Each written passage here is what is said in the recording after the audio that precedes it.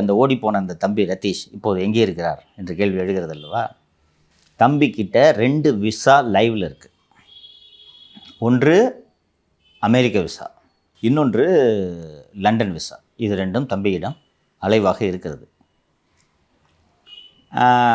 தம்பி துபாய்க்கு போயிட்டு துபாயிலிருந்து லண்டன் சென்று விட்டார். இப்போது தம்பி லண்டனில் இருக்கிறார்.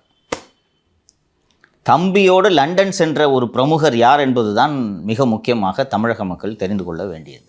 தம்பியோட இன்னொரு தம்பியா? அண்ணன் அவரும் தம்பி தான். அவர் தம்பி, பெரிய தம்பி. அவர் சின்ன தம்பி, பெரிய தம்பி.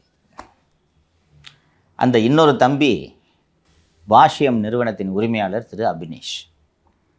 துபாயிலிருந்து ரத்தீஷோடு லண்டன் சென்றுள்ளது இந்த பாஷ்யம் அபினேஷ். அவர் பெரிய தொழிலதிபர். அவர் முன்னாடி ஓபிஎஸ் பணத்தை வச்சுருந்தார். அதற்கு பிறகு பல பெரிய அரசியல் பிரமுகர்கள் தங்கள் பணத்தை இந்த மாதிரி ரியல் எஸ்டேட் அதிபர்களிடம் தான் கொடுத்து வைப்பார்கள் என்பது ஊரறிந்த விஷயம்.